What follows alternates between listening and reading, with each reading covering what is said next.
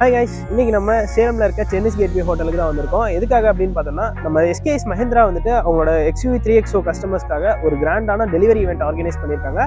So அதோட ஈவெண்ட்டுக்கு தான் நம்ம இன்னைக்கு வந்திருக்கோம். இந்த ஈவெண்ட்ல பார்த்தோம்னா இன்னைக்கு மட்டுமே 20 XUV 3XOs வந்து அவங்களோட கஸ்டமர்ஸ்க்காக டெலிவரி பண்ண போறதா சொல்லியிருக்காங்க.